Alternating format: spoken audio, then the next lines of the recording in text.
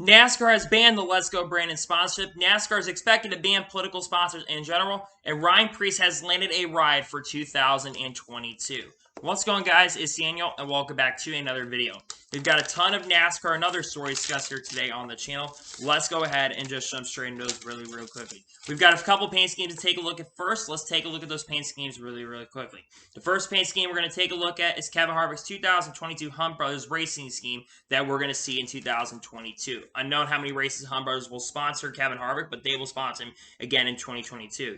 This paint scheme looks all right in my opinion. I think they do a really good job utilizing the sponsorship placement. That's one thing with the next gen card, especially with the number placement, is one thing I want to see is how well they do in regards to the number placement. So I think they did a really good job on this paint scheme. I still like the Busch paint scheme a little bit better than this one, but I think his paint scheme overall is pretty decent in my opinion, and I'm looking forward to see this paint scheme out on the racetrack in 2022. The next paint scheme we're going to take a look at is Chris Wright's 2022 F&B Corporation scheme that we're going to see in 2022. Chris, I already know, is going to be in the 44 car for Nice Motorsports in 2022. And I have to say that this paint scheme looks pretty decent in my opinion. It's not my favorite paint scheme I've ever seen, but I think it's a decent paint scheme in my opinion. I do think the colors work decently in my honest opinion, and I'm overall looking forward to see this paint scheme out on the racetrack in 2022. And hopefully it will give good luck to Chris Wright in 2022, and hopefully he has a good year in the Truck Series. And the final paint scheme as of now is we're going to take a look at is Cole Custer's 2022 Haas tooling scheme that we're going to see on the racetrack for most of the season. This paint scheme is all right in my opinion. I'm just overall never been a big fan of the Haas tooling colors. I don't like that grayish, like reddish color or whatever colors they have. I'm not overall the biggest fan of the color scheme that they choose for it. I do think the number placement actually is not absolutely horrendous. I'm just, in my opinion, I'm just not overall a fan of the color scheme. I wish it would change maybe the color like the black or something. That's one thing I think would make the scheme stand out a little bit more, but it's not the worst scheme I've seen. In fact, I think this paint scheme is better with the number placement than other paint schemes. So I like this paint scheme decently, but I'm not the biggest fan overall of the color scheme on it. But we'll have to see how he does in this car, and I'm looking forward to see this paint scheme out on the racetrack in 2022 in multiple races next year. Looking forward to see this paint scheme out on the racetrack. And now we're going to go ahead and jump on to the next story of today's episode, as we're going to talk about the Cup Race at Auto Club, as the Cup Race Auto Club has a title sponsor for 2022. The name of the Cup Series Race at Auto Club is going to be called the Wise Power 400. I believe Wise Power is a company that's involved in electrification and technology, so really cool to see the Wise Powers coming in and sponsoring the Auto Club race. I think most people like it to just be called the Auto Club 400, but this is the first time I think they've changed the name of the Auto Club race ever. I think it's always been called the Auto Club 500, Auto Club 400. So it's the first time they're changing it from that to another thing, but it is what it is. I think the name is very decent in my opinion, and I like sponsor left and glad to see that they have joined the sport for 2022. And now we're going to go ahead and jump on to the next story of today's episode, as we are talking about Rheem. As Rheem is going to continue sponsoring Joe Gibbs Racing in 2022. This will be the 15th year that they have been involved in NASCAR, and they will be sponsoring not only Christopher Bell, but they also will be sponsoring Kyle Busch in 2022 as well. The number of races I don't believe was announced at the time, but they will continue sponsoring in NASCAR. Like I said, Rheem has been sponsoring for 15 years now. They started sponsoring, you think, back in 2008 and 2009. It's good to see that Rheem is continuing to sponsor. A lot of the reason why Rheem is still around is, of course, of Brandon Jones. His dad works at the company, so that's why we've seen Rheem continuing to sponsor NASCAR for as long as they have. But I think it's really awesome to see that Rheem is coming in and stepping up to the plate. Again, having sponsors that are staying loyal is really good. And I'm really intrigued to see what the paint schemes are going to look like going into next year. So very exciting news overall for sure, and I'm glad to see that Rheem will continue to sponsor in 2022. And now we're going to go ahead and jump on to the next story of today's episode, as we're talking about Alpha Prime Racing. Now, Alpha Prime Racing has more announcements that are expected to come here later today. But Alpha Prime Racing yesterday revealed the number of their second entry for 2022, and the number is going to be the number 45. Makes a lot of sense. Their main number is going to be 44, and then, of course, their second number is going to be 45 for 2022. Again, makes a lot of sense, in my opinion, to have that number. That number was absolutely available, and it makes sense to have correlating numbers. I believe this is the first time in a long time, though, that the 45 number is being used in all three respective series. And of course, in trucks, you have the 45 for Nice Motorsports that I believe is being driven by Lawless Out, if I'm not mistaken. You, of course, have Kurt Busch in the 45, and now you've got the second entry, which is expected to be a part-time entry. Again, driver lineups are expected to be revealed here very, very shortly in that car, but I like the number a lot, and I'm glad to see that that is a number that they have chosen for 2022 in their numbers. I like it a lot, in my honest opinion. And now we're going to go ahead and jump on to the next story of today's episode, as we're talking about Chase Elliott. As Chase Elliott has revealed that he has officially created a TikTok. Now, I'm not sure how many. Now, one thing I'm really happy to see is that Chase Elliott is getting involved in TikTok. I'm not sure how many drivers have been getting involved in social media. Not sure how many drivers have TikTok. I think Kaz Gralla has a TikTok. I think Anthony Alfredo has a TikTok. But like I said just a second ago, one thing I really like about this is the fact that we're seeing more drivers getting involved in social media. With how much the social media game has been increasing, I think it's going to be very important for drivers, along with getting involved with sponsors. I think it's going to be very important for drivers long-term down the road that they get involved with other types of social media and get involved with them, because they can help NASCAR grow their fan base. On top of that, we've seen Chase Elliott be involved in live streams of big streamers like Nick Mertz and Tim the Tabman and Nick 30. He's been involved with those multiple individuals, and it's good to see that he has created a TikTok. So go check that TikTok out. I think I've checked out TikTok before. I think it looks really good. I personally don't have a TikTok, but I've checked out TikTok in the past, and it's really good. So glad to see that Chase Elliott has officially created a TikTok for 2022, and it's good to see that for sure. And now we're going to go ahead and jump on to the next story of today's episode, as we're going to talk about Caterpillar. While Rich Racing has not officially confirmed that they are leaving the team, on their partnership pages, Caterpillar is no longer listed as a sponsor for Richard Childress Racing. Now, like I said, I want to make this clear that it was not officially confirmed from Richard Childress Racing that they have left the team. However, one thing to note is that they were at the test. However, usually when they are off of the partnership pages for the team, sometimes, of course, we've seen some sponsors leave and then they've come back to other organizations. But a lot of times when you don't see a sponsor or a partner involved on the RCR partnership page or a team's partnership page, a lot of times that means that partnership or brand unfortunately has left the company. And that's one thing I fear in regards to Caterpillar. Now, one thing you notice, Caterpillar over the last years, they have basically at this point been losing a lot of their sponsorships on the cars. I think Tyler Reddick this year especially had a lot less races with Caterpillar on the car. So if they are gone from Rich Childress Racing, that overall is not shocking in my honest opinion. But it's also a very strong possibility the Caterpillar may just be coming back with a different branding. So we're going to have to wait on this story if they are going to eventually return or not. But Caterpillar may no longer be a sponsor at RCR. And maybe they're going to go over and sponsor Kyle Busch in 2023. Maybe they're leaving RCR, not leaving NASCAR in general. And maybe they're going to go over and work with someone who can win races like a Kyle Busch. No disrespect to Tyler Reddick. I think Tyler Reddick's a great driver. I just think they maybe want to go over to a sponsor because, again, they've only won one race since joining Rich Childress Racing, I think back in 2009. So we'll have to wait and see what happens and keep following the story. But it looks like Caterpillar is no longer being a sponsor for Rich Childress Racing in 2022. And now we're going to go ahead and jump on to the next story of today's episode, as we're talking about Pilot Flying J. As Pilot Flying J, according to Michael Carey, is not returning to Junior Motorsports in 2022 to sponsor the one car. This does not surprise me in my honest opinion, because Pilot Flying J has been associated with Michael Annett really since the beginning of his career back in 2008 and 2009. Even back in his ARCA days and his Capital Truck Series days, he has been sponsored by Pilot Flying J. With Michael Annett officially announcing his retirement from the NASCAR Xfinity Series, it does not surprise me, from full-time competition, I say, it does not surprise that no longer that one car is going to be sponsored. Now, Sam Mayer is probably going to have other sponsors, maybe sponsors that work within the A-team that might be working with him in 2022. But it's very interesting that a company that's been sponsoring Junior Motorsports since 2016 or 2017 is likely leaving, but there are good reasons why they're likely leaving, just because of the fact that Pilot Flying J's have been associated with Michael Annett. So it really does not 100% surprise me that they are leaving him after, if that is true, that they're leaving. It really does not surprise me, to be perfectly honest with you, because I've seen a lot of crazy things this year, and it does not surprise me if they are officially leaving. So we'll have to wait and see in regards to if there is an official confirmation on that, but Pilot Flying J is not going to be back with Junior Motorsports in 2022. And now we're going to go ahead and jump on to the next story of today's episode, as we're talking about Keith Barnwell. As Keith Barnwell has moved from GMS Racing to Big Machine Racing to help manage the team's operations. Remember, Big Machine Racing announced about a month or two ago, I think right before the offseason ended, that they had basically announced a major partnership with Richard Childress Racing, where they've been basically getting major upgrades from RCR's camp, and they'd be moving into the RCR campus.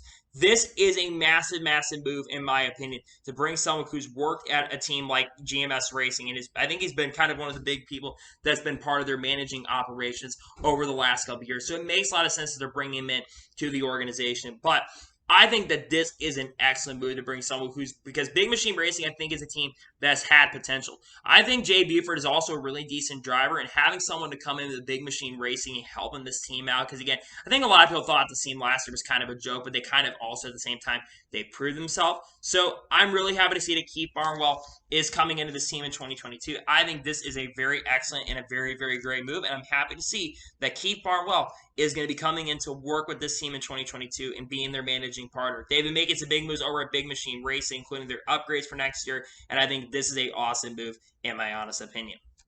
And now we're going to go ahead and jump on to the next story of today's episode, as we're going to talk about Carolina's LGBT and Chambers of Commerce. As was announced yesterday that they have announced a partnership with NASCAR, and NASCAR will become the organization's diversity, equity, and inclusion partner for 2022. I am very happy about this, in my honest opinion, and I love that NASCAR is doing this and they're getting involved with this. I think that this is a really, really good group that they're working with. NASCAR supported the LGBTQ communities, I think, is a really, really good thing. I think it's good to see that they're getting involved with different basically cultures and backgrounds and all that stuff. And one thing we've noticed over the last year or two is NASCAR's had probably one of the most diverse years when it comes to diversity, bringing people in. I think this has been one of the biggest years for that. We've seen NASCAR getting involved with the I Am Athlete podcast. We've seen NASCAR basically supporting different groups and races and all that stuff. I think this is something that is really, really good. And the fact that they are continuing to support this group is really, really awesome. It's good to see that they've gotten involved in something else that I think, in my opinion, is really, really good. I know some people in my comments will probably disagree with me on this, but in my personal opinion, I think it's a really good decision that they decided to go with this move. I'm really happy about this. I've seen a lot of people talk about this very, very positive. Again, NASCAR Twitter and all other platforms had a lot of people that were really against this move, but to me, I'm very happy about this move. I think it's a good decision. I'm glad to see that they've gone ahead and partnered up with this company starting in 2022. And now we're going ahead and jump on to the next story of today's episode, as we're talking about Jonathan Schaeffer. As Jonathan Schaeffer has signed a 5-race deal with Venturini Motorsports for 2022. Most of the starts are expected to believe to come in the ARCA East Series, but he'll make a couple select ARCA main starts in 2022.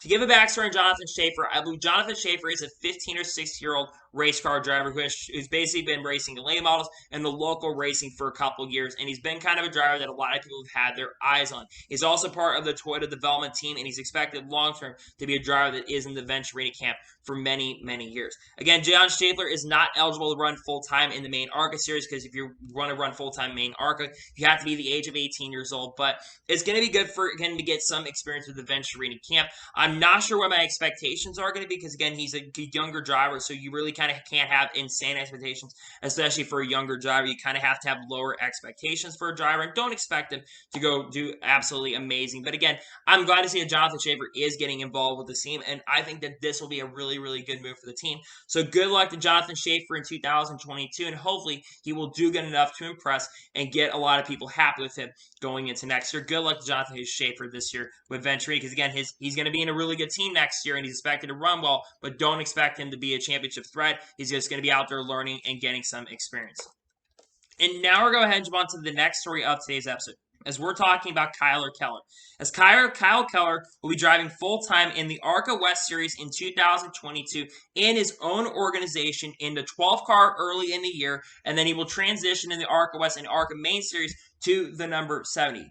Kyle Keller had some pretty impressive runs last year. I think he drove for the Jefferson Pitts organization last year in ARCA West and got some top 10s last year. So that honestly is pretty impressive on his own. Now, like I said, he's not going to be partnered. I don't believe he's partnered with a team. I think he's going to be running his own organization in 2022 with the help of his dad. Kyle Keller, I believe, is the age of 16 or 17 years old. So he's another driver that's kind of a young hotshot that's coming through the ranks right now. And again, he has some pretty impressive runs.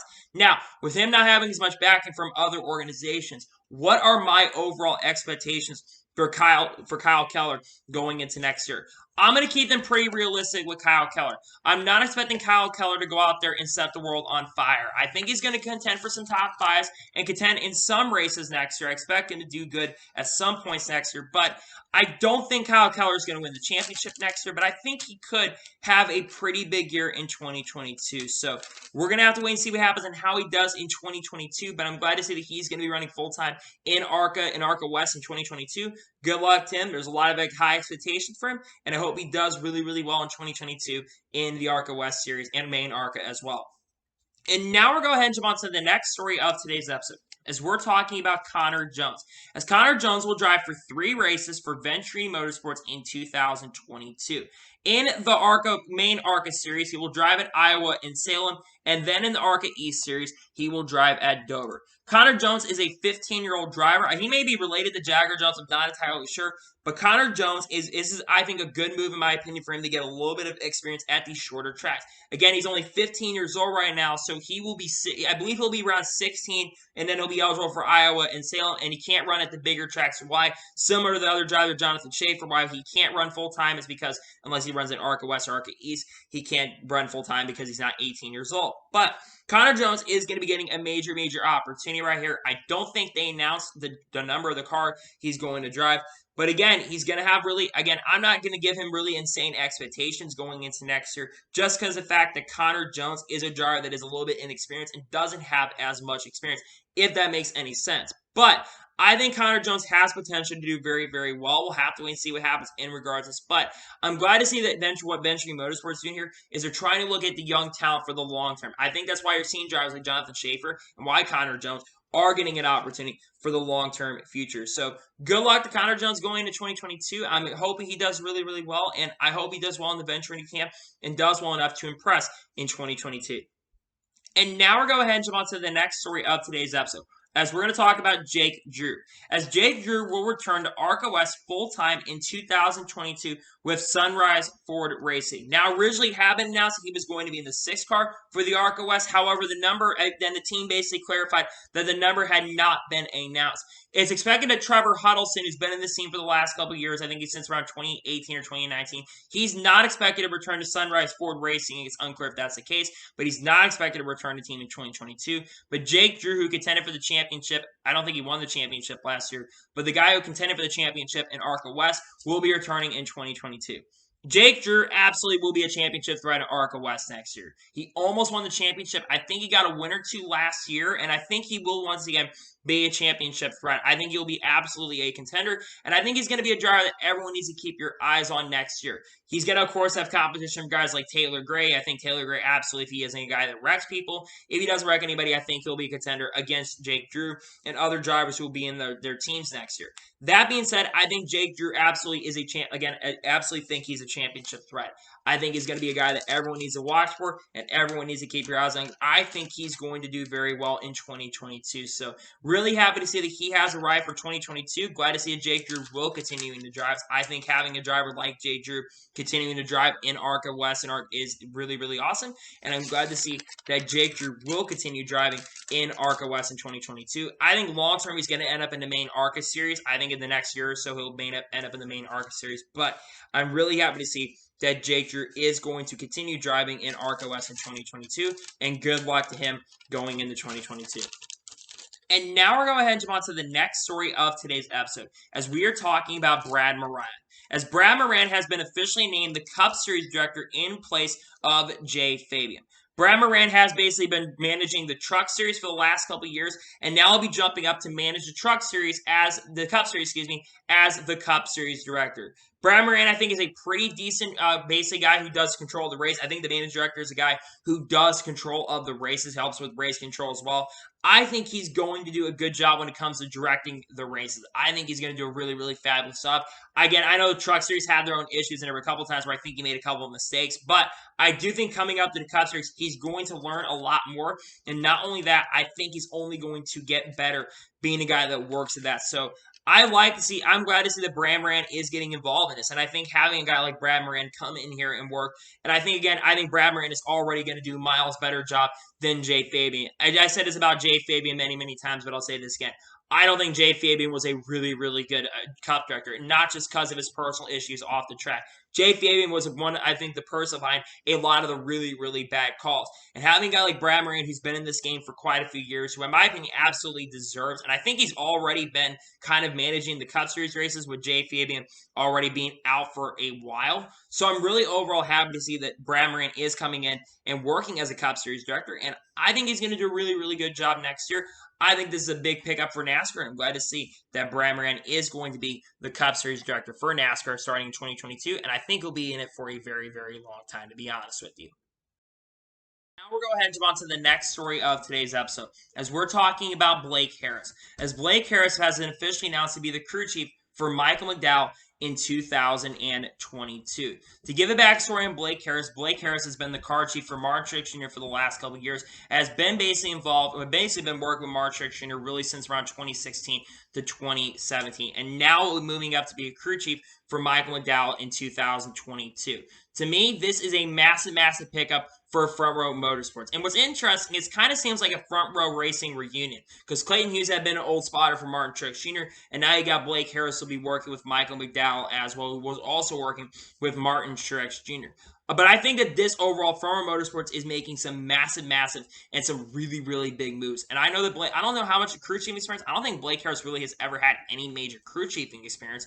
But I do think having a guy like Blake Harris, who's been behind the scenes and working in and out of the garage for many, many years, having him come in and working with a guy like Michael McDowell could really, really help him next year. And I think that, like I said, this is a great move from the Front Row Motorsports camp. There are questions on potentially what happens to Martin Truex Jr.'s car chief. Again, we don't know what's going to be happening with that. But I think having a guy like Blake Harris come in and work as a car crew chief for Michael McDowell is really, really going to help him next year. So I'm overall extremely excited that Blake Harris is going to be coming in and working Michael McDowell next year. I think it's a massive and a really, really great pickup for him going into next year. And I'm wishing Blake Harris the best of luck. Hopefully come in and get Michael McDowell some really strong runs. And I think this will actually help Michael McDowell. I think Michael McDowell will do a really, really great job.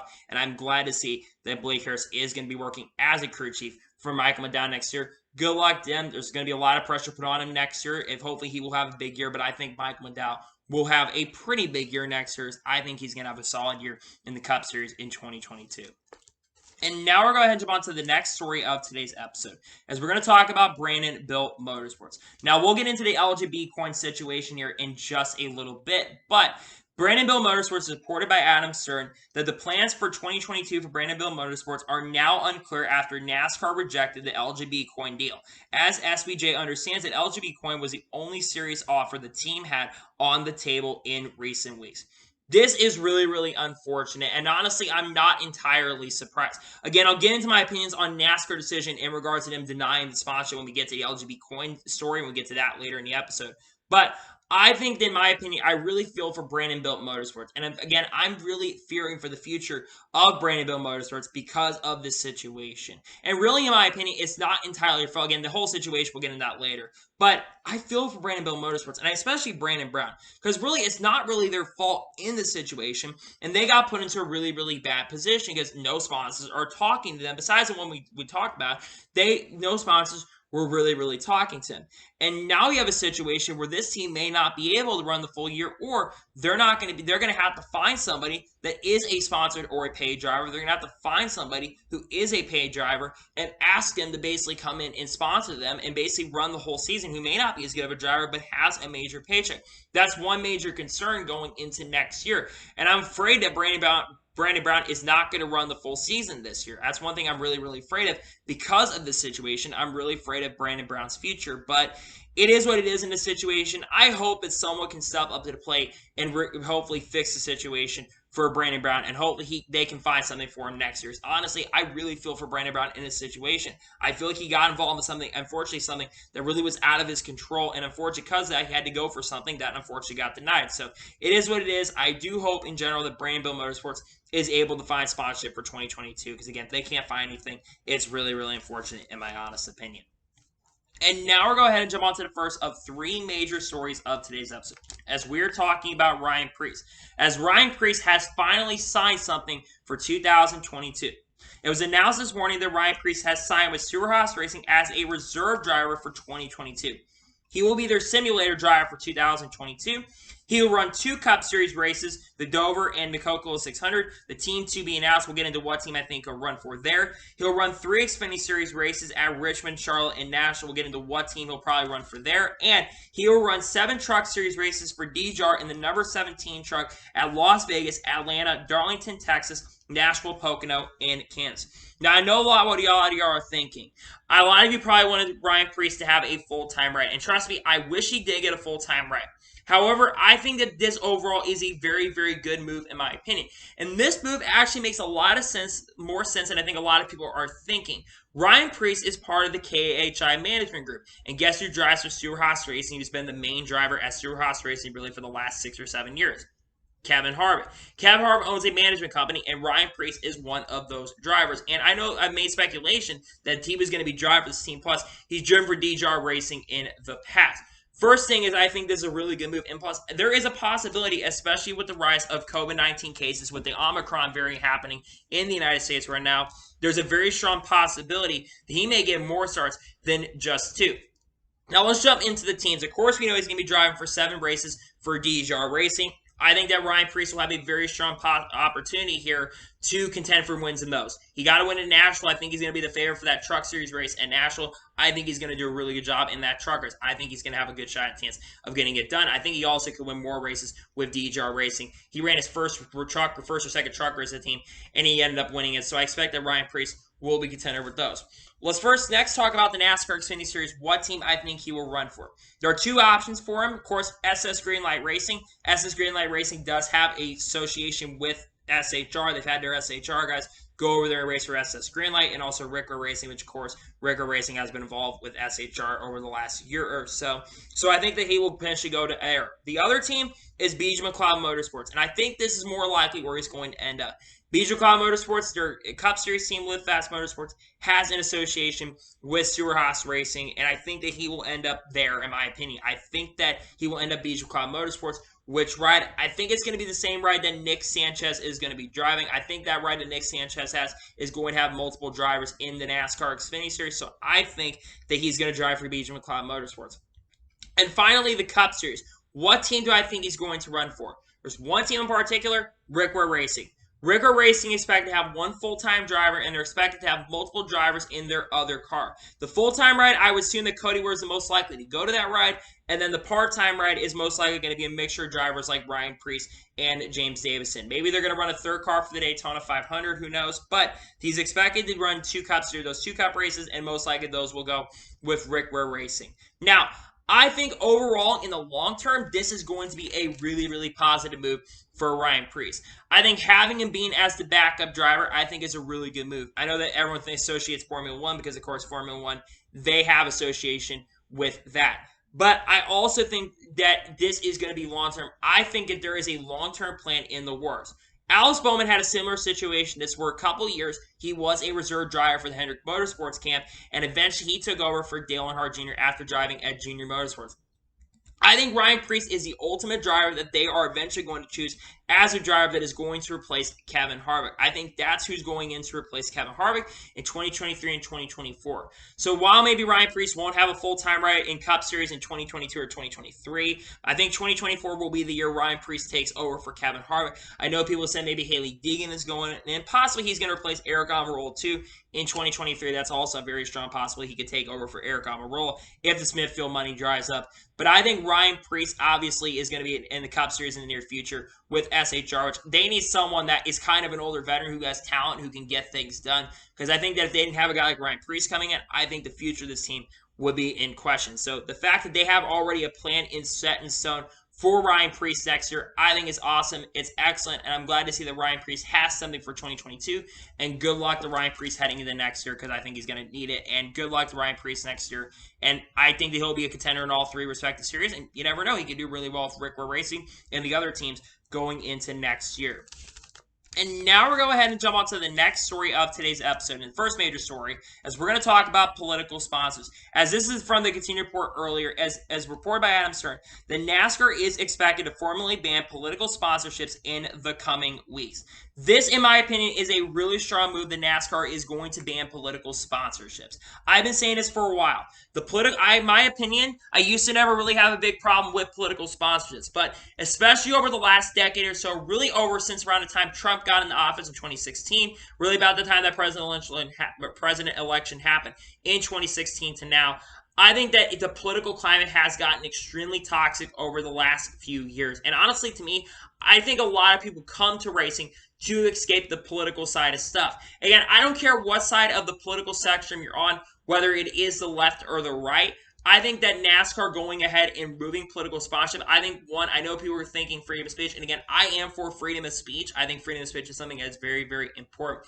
But I think that if they are going to remove political sponsorships, I think that's a big stepping stone. Now, there is a possibility that there could be major loopholes. Of course, how political is a sponsor is a major question, and that could be one thing that does get propped up in it. And that could be an issue in regards to this decision. But I think at least for the temporary time, I think removing them will be much better. I think NASCAR just needs to get out of the political sphere. I think really ever since Brian France basically endorsed Donald Trump in 2015 and 2016 during the election time, I think NASCAR has gotten super political, and I think NASCAR just needs to get out of the headlines, and they need to get in the headlines for the kind of racing on the track and not for the controversies. And while I think NASCAR loves controversies and talking about them and getting the headlines from the politics and all that stuff, I don't think that's a really good look overall for the sport. So to me, in my honest opinion, I think NASCAR banning political sponsorships, I think overall is going to work in NASCAR's favor long-term down the road. So I'm overall very happy about this if NASCAR is making this move. And again, they're expected to do this, so they're going to ban them. And again, I'm happy about this. And again, there could be a lot of gray areas. That's one thing that could end up getting propped up. And I think that is a very big question. What is considered a political sponsor and what issues could prop up for this? How political are they? Are patriotic schemes not going to be allowed? Because I think that this could be an issue a few months down the road. And again, at least for the temporary, at least for the time being, I think removing political sponsorships, I think it's going to be a stepping stone in the right direction. And I think it's going to be a much more positive for the sport than I think is going to be negative. Again, I think a lot of people will disagree with me on this in the comments. You can definitely leave your thoughts about this in the comments below. But I think NASCAR removing political sponsorships, I think, is going to be a much better move as a whole, in my opinion. So I hope they do it. I think they need to do it, in my opinion, at least for the time being. And it looks like that they're going to do it for 2022. I think politics just need to be in general out of the sport, at least for the time being. And it is what it is. And we'll wait and see what happens in regards to long term down the road. But it looks like political sponsorships are officially leaving NASCAR, and they're no longer going to be a thing, especially with how toxic the political climate has gotten. Major breaking news and update on today's video. Matt DiBenedetto has finally found a ride for 2022, as it was just announced a few minutes ago that Matt DiBenedetto has officially signed full-time for Rackley WAR Racing in 2022, driving the number 25 truck. I was told a few days ago, starting on Monday, that this most likely was going to happen, that he was going out to Nashville to Centerville, Tennessee, where Rackley WAR Racing is from, and he was going to be signing full-time with this team for 2022. First of all, I'm very happy that Matt DiBenedetto has a ride. Whether you like him or not in the political sphere, in the political spectrum, in regards to your opinions on how he's kind of acting and conducting himself, and to be fair, he made himself look kind of stupid earlier this year. That being said, though, Matt DiBenedetto, in my opinion, I'm glad that he's getting a second chance. And this really is going to be his second chance. Now, Rackley WR Racing, they're not a really great Camping World Truck Series team. However, I did see some improvements in 2021, especially when they had Josh Berry drive the truck. I was very impressed how much they improved. We saw Josh Berry points compete pretty well. And I think having a veteran presence like Matt DiBenedetto coming in and working with this team in 2022, I think only is going to further the help in the future for this team. So I'm very happy that Matt DiBenedetto has a ride next year in the Camp World Truck Series. And like I said, that Cup experience for the team is really good. And we've been speculating for so long where Matt DiBenedetto was going to go. We've been speculating that at one point we thought he was going to go back to the Woodwarders. There have been speculation maybe go to DGR. There have been speculation he was going to end up in so many different places for 2022. And now we finally know where he's going for 2022. And honestly, it's not a terrible move in my opinion. Again, It's not a top-tier truck. I'm not expecting Matt DiBenedetto to go out there and set the world on fire. But this is a year where he can rebuild his image and rebuild himself for next year. And again, I thought he'd be part-time somewhere next year, maybe in Cup Xfinity or Trucks. I am honestly shocked he's going full-time. I guess the sponsorship, he has some sponsorship for next year. I don't think the sponsors were revealed today when it was announced. But it's crazy to think that Matt DiBenedetto finally has a ride for 2022. And a lot of people thought that he was officially gone and was going to be out of ride for next year. And now he finally officially does have a ride for 2022. Albeit the team isn't great, but I think it's good. Now, what are my overall expectations for Matt DiBenedetto going into 2022? Well, my expectations are honestly decent in my opinion. I'm not expecting Matt DiBenedetto to win. I think ultimately the goal is to, one, repair his image and repair all the issues he has had and basically focus on kind of repairing his image and not being on social media making a lot of mistakes and basically not always having to feel sorry for yourself. Number two, don't throw your team under the bus. That's another thing he needs to do going this year is don't throw your team under the bus if you're not going out there and winning races. Take your time to show yourself. Number three, get as many top 10s as possible. I think Matt DiBenedetto will get some top 10s. I think he'll get some tops. I think he'll occasionally maybe get a top 5 or 2. But I think this team will be better next year. I'm not sure if they might be getting upgrades from GMS next year. I would expect the GMS to potentially work with them next year. There really weren't details given out in regards to that. But I'm overall glad that Matt DiBenedetto has a ride. Even though I've not liked what he's been doing over the last few months, it would have been really unfortunate to see Matt DiBenedetto not have a ride for next year. And at least we now know that he's going to be racing next year in 2022, at least full-time next year in the Camping World Truck Series. And maybe long-term down the road, he can make his way back up. And I think that, like I said, this is going to be a second chance to really show and prove himself. And whether you like him or not, you got to be happy at least he has something for 2022. Even if you don't agree with his political opinions, if you don't agree with the way he's conducting himself on and off social media, you do have to be at least a little bit happy that Matt DiBenedetto does at least have a ride for next year going into 2022. So I'm happy that he at least has a ride for next year, and hopefully he can do really, really good. And I hope he can come in here and help Rackley WIR Racing prove himself and do really well going to next year. I'm at least happy that he has something for 2022, and hopefully he can do well helping Rackley WIR Racing going into 2022. And now we're going to go ahead and jump on to the final major story of today's episode, as we are talking about the LGB Coin sponsorship. Now, we've been talking about this LGB Coin sponsorship debacle really since before the end of last year. And NASCAR, we give a little bit of backstory. There have been a situation in regards to the LGB Coin sponsorship. The sponsorship had been, technically, it had been approved on the 28th, and there was an announcement on the 30th that they were going to run all 33 races with a meme coin, that LGB coin, with James Kudelis, who's the owner of the company, basically revealing that they had signed for the whole entire season and had a promo video. Then, about 6 hours later, NASCAR told Jim Utter and multiple reporters that they had not approved the scheme and they had not gone through the proper protocols, and NASCAR would decide in the coming weeks what were going to be those proper protocols in regards to the LGB coin sponsorship. Then they said in an email on Sunday that they had gotten approved, and they basically were saying that they were going to follow NASCAR's procedures. Well, we got an official announcement a couple days ago, and it was revealed on Tuesday night, that NASCAR has made the final decision that the LGB coin sponsorship for Brandon Brown is not approved and the sponsorship to be on the car. After that, there was a tweet that came out from Jeff Gluck reiterating this, and it says that NASCAR told Brandonville Motorsports in November that they wouldn't approve any Let's Go Brandon sponsorships. Team submitted requests over Christmas without specifying it was a political thing. NASCAR initially missed the mark, but it wasn't going to give approval. Then there was a controversial tweet that came out from James Kudelis saying that the sponsor was approved, and he said that they are planning to send a lawsuit to NASCAR, and then he said #canceled NASCAR. Then there was another tweet that came out from Bob Pocker saying that one issue in Brandon Brown's sponsoring saga is online portal submit 2022 paint schemes wasn't live as of a couple weeks ago, so teams are sending emails to get okays. My guess is it could impact Tucci's request.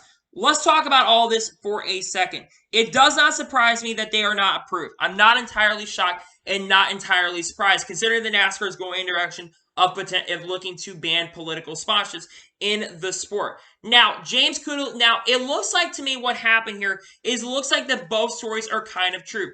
NASCAR looks a little bit of incompetent because they don't have the online portal open. The fact that they don't have the online portal open is a little bit frustrating to me because in my opinion, they should, the fact that they don't have the online portal open, I get it's Christmas and all, but we're less than 2 months from the season. You don't have the political online portal open for to basically get sponsorships approved, which is probably why they went to that individual. I don't remember the guy's name. I think it was like Dale Howe, I think the guy's name, who had to basically approve it. He basically said it was good to go with that. They have the emails and stuff and all that stuff, so they have the emails to prove it right there. But at the same time, the sponsorship, the NASCAR, they're kind of right in the situation too. Because what ended up happening is they tried to go through somebody that really wasn't able to approve those sponsorships. They tried to be sneaky. They were told in November that they were not going to approve it, and they tried to play it off as a crypto scheme and didn't basically say it was political. And NASCAR basically, in my opinion, they have a right to deny that sponsorship because NASCAR told them in November specifically, we're not going to approve these sponsorships, and I don't know why you're trying to go through this guy and this company to approve this and there. But also in a situation with the lawsuit and stuff, like I said, the owner of the company is trying to send a lawsuit to NASCAR, and basically people said that, yeah, right, this isn't going to work, and then he said he wanted to bet, and I look at this James Kudelis guy, and I'm thinking, first of all, you have an anti-Biden meme, and again, I'm not a big fan of Joe Biden, but basically it's an anti-Biden chant, and you're basically supporting anti-Biden stuff and all that stuff, and then you're saying that you're going to send a lawsuit to NASCAR. You know that like 10 or 15 years ago, AT&T tried to do the same thing. You're not going to win the lawsuit. I'm sorry, but you're not going to win the lawsuit. If a multi-billionaire company, a company that has like 12 or 13 figures, like 14 figures on it, like was worth like $100 billion, if that company cannot win a lawsuit against NASCAR, there's no way in hell you're going to win the lawsuit against NASCAR. NASCAR's got much better lawyers than you, and they're going to beat you in that civil lawsuit case, and you're probably going to get punished for this. And it would not entirely surprise me long-term down the road if NASCAR maybe at some point does punish Brandonville Motorsports for trying to play it. Again, I don't want Brandonville Motorsports to get punished for this because they really had no choice. They had to go with something, but they may end up getting punished for this, and it doesn't surprise me right there, right, that they potentially tried to play the game. And then, of course, you had the guy, I think, from Brandonville Motorsports released a statement saying that they were planning to do that as well, and then online port being messed up. So what are my overall opinions on this situation? To me, I really hate this for one person and one person only, and that is really for Brandon Brown. I hate it for him because they tried to get a sponsorship and they thought that it was going to get approved. Again, I think NASCAR overall made the right decision right here. Considering, like I said, they're looking to ban political sponsorships, I think NASCAR overall made the right decision in regards to banning it. But I hate it for Brandon Brown because it's sad for Brandon Brown because they can't get sponsorships, and the team's affected by this, unfortunately, them getting rid of it. And unfortunately, what's happened here is you have a lot of companies that are basically, you have a lot of people in the conservative groups that are basically making and profiting off of this. You've got people like Ben Shapiro, the Hodge twins, multiple groups that have been basically allowed to get away with this. And unfortunately, and another thing I want to bring up is we could have avoided this situation to begin with if we would stop doing front stretch interviews. I hope for the love of God that we're done with front stretch interviews. I've been saying this for a while. We need to stop doing front stretch interviews because I think front stretch interviews have been one of the biggest reasons why this situation happened. And Kelly Savas maybe could have ignored it, no doubt about it. But at the same time, I feel really, really bad for Brandon Brown here. I think Brandon Brown absolutely got screwed in this situation. And unfortunately, there's really nothing he can do, and unfortunately, NASCAR will let him profit off it. But again, they told him in November, we're not going to accept it. And they tried to play a game where they tried to get through the system, and unfortunately, they failed that system. And it really is kind of their fault. But at the same time, I hate it for Brandon Brown. This whole situation, unfortunately, is bad on all parts. And in my opinion, no one wins in this situation, and NASCAR gets looked bad. And don't be surprised if we see a lot of negative coverage toward NASCAR, and don't entirely be surprised if you go to Daytona and you see a lot of people chanting, "Let's go, Brandon," at the next race at Daytona. Don't be surprised at the clash if it happens. I know it's Los Angeles, where it's basically a city where a lot of Democrats live, but I would not be surprised if you hear a lot of LGBs being said, and NASCAR kind of unfortunately brought this upon themselves. I would have let them run the sponsorship, but at the same time, I think NASCAR made the right decision in the larger context, especially when it comes to the fact that they told them in November that they weren't going to approve it. But this situation is really, really unfortunate on all aspects. It's a really, really crazy situation and is really, really unfortunate. So, anyway, that is for today's NASCAR news video. I want to thank you guys for watching. Please subscribe to the channel, notifications to be notified when a video does go live on my channel. Follow me on Twitter, Facebook, and Instagram, and support me on page as well. Let's get below for that, and comment your thoughts on today's video. What are your thoughts about this LGB coin sponsorship and NASCAR denying the Let's Go branded sponsorship? Do you think NASCAR made the right decision or no? Let me know in the comments below. And what are your thoughts on all the other stories we discussed here today on the channel?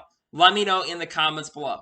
Anyway, like I said, I want to thank you guys for watching today's video, and I'll see you guys next time for some more great and awesome NASCAR and other motorsports content on the channel like this. Take care, everybody.